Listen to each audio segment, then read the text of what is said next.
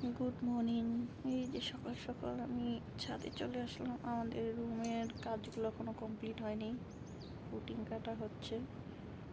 এই যে এখন ছাদে চলে আসলাম, তোমাদের সাথে আজকে একটা জিনিস শেয়ার করব ভাবলাম, তোমরাও দেখো। আমার নতুন জবা ফুল গাছে নতুন ফুল ফুটেছে, কালারটা কি সুন্দর দেখো।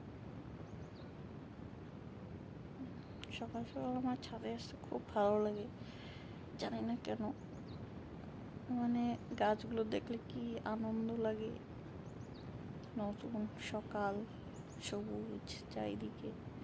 আরও কয়দিন ধরে এখন বৃষ্টি পড়ছে, তাই পাতাগুলো সুন্দর বেরোচ্ছে। গাছগুলোতেও ফুলও ফুটছে এখন অনেক।